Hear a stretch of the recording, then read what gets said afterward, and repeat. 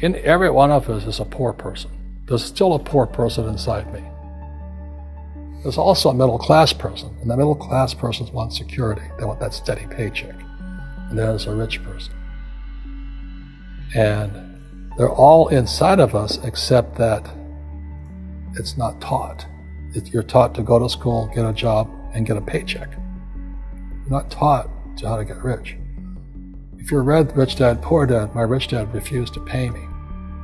He said the paycheck was one of the most damaging things you could take in your life. He says the moment you take a paycheck, you're an employee, and that's the mindset. So my rich dad never paid me. It drove my poor dad, government employee, nuts. You gotta pay people, you gotta pay people. And Rich Dad was not saying that the paycheck was bad. He says you didn't want to be a slave to money. So as an entrepreneur, if Rich Dad folded, I just started another company. I don't need a paycheck. I don't need anybody to take care of me. If my government doesn't like me, I move to another country because they need entrepreneurs there. So the entrepreneur is not so much the business. The entrepreneur is really the mindset and the skill sets and the different set of rules. You see, I don't operate, small business does not operate in the same rules as big business. Entrepreneur is a mindset first, a skill set, and rules. And depending upon whether you're an employee or a small business, the rules are different. The mindsets are different, the skill sets are different. If you could say one thing to somebody who's never been an entrepreneur and they're thinking about making the leap of faith into becoming an entrepreneur, what could you tell them? Well, I'll just tell them the same thing that happened to me. My last paycheck, I still remember it clearly. It was one of the worst and the best days of my life. And I was in Puerto Rico. I was working for Xerox, and my boss gave me my last, it wasn't a paycheck, it was a bonus check. I think it was about $30,000, taxable. It's the only problem with that. So I got this check and I went, holy mackerel. You know what I mean? So I was excited, but I was also disturbed. And so this other guy comes up to me, his name was John, and John says to me, he says, you're gonna be back. I said, why? He says, because you're gonna fail. I looked at him and said, look, few expletive words, because that's what he did. He left Xerox, failed, and he came back. And I said, look, you failed and you came back, but I'm gonna fail and I'm never coming back. And that's the attitude. Do you know what I mean? If you say, well, if I fail, I'll go back to mommy and daddy, then that's what you'll do. So if you fail, that's when I became an entrepreneur, because I had no money. I had no money for years. I didn't have a paycheck. But that's what my rich dad encouraged me to do. He says, when you don't have this paycheck, you get hungrier, smarter, and it's a test of your character. Will you become a crook? Will you become dishonest? Will you cheat and steal? Or will you become a better human being? So really, that's the benefit of becoming an entrepreneur, is you really find out who you are when you don't have anything.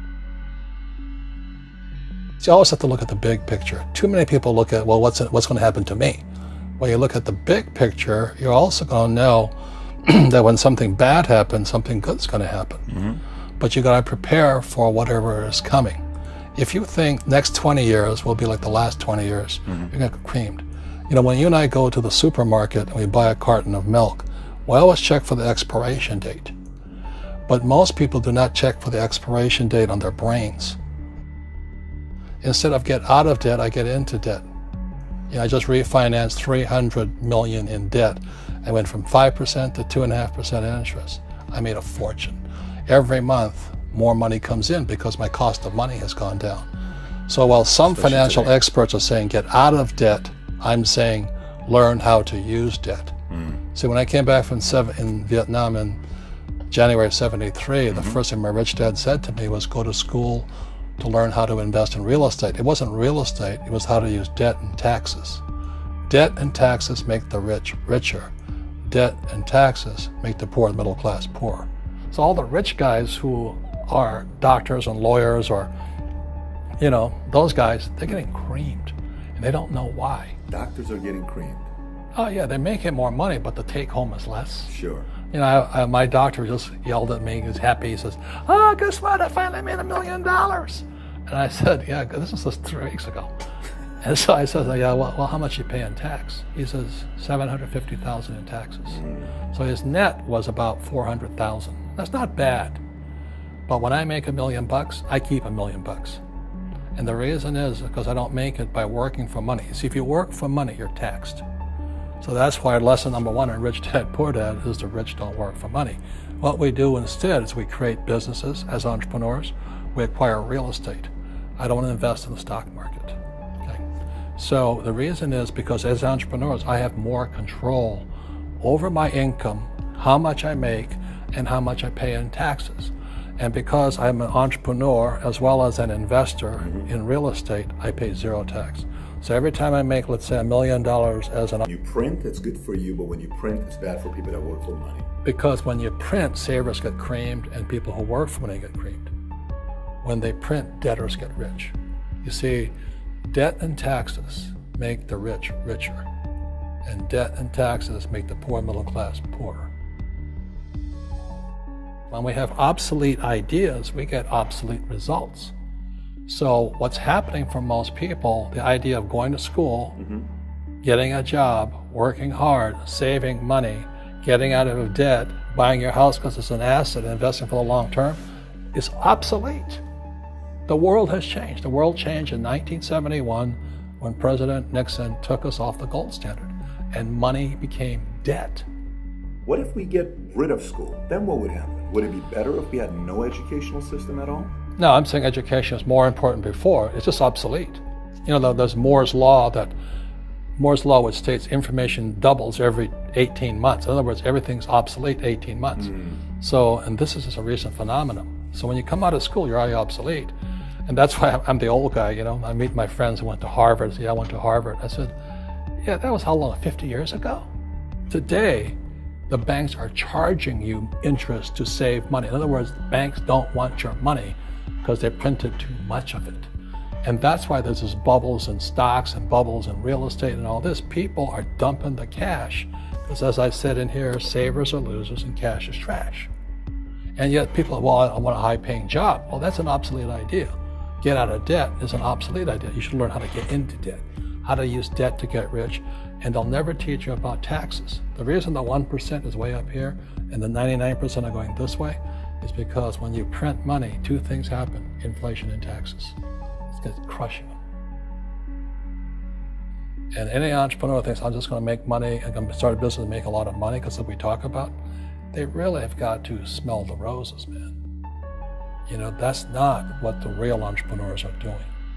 Most entrepreneurs, there's 28 million small business owners in America.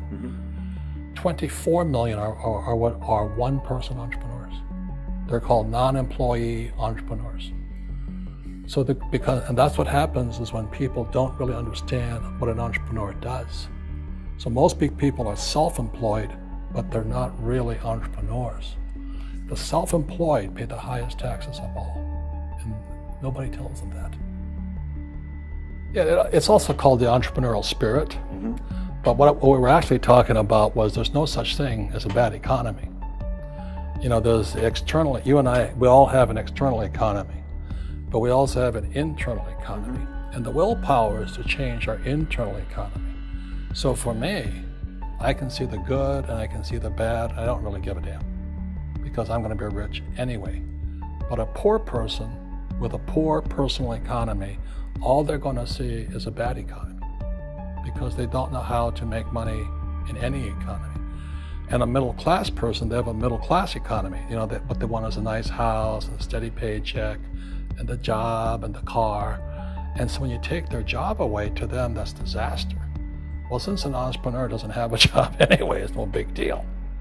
So all I'm saying to people, and it's what Bucky Fuller taught me, is always 2 sides, you know what I mean?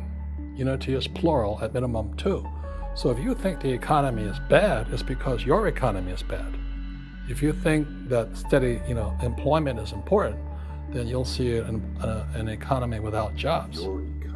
Your economy versus the external economy. What you control versus what you can't control. I can control. Yeah, it's called an internal focus versus an external focus. So the real entrepreneur has an internal focus. That if they fall down, they say, "Oh, this is good, because I'm going to go up higher." You know, the average person will fall down and say, oh, I'm going to take some Prozac. Or somebody has a mistake, so all the mistakes don't matter. Well, mistakes matter. It means you didn't know something. But a real entrepreneur, whether they fall down, they always can go up. They can stand back up and go higher. That no matter what happens to them, they get stronger and better and smarter and happier. But a person with a weak internal mindset is that they're so afraid of what happens, it generally happens. Like, you know, people who are afraid of losing their jobs, they generally lose their jobs. Mm-hmm. You know what I mean? Yeah, so everything you can comes through you. Yeah, so the entrepreneur first job is to control inside here, not outside there. The moment you take that paycheck, you're an employee. You've got to be stronger than that. It's about inside control.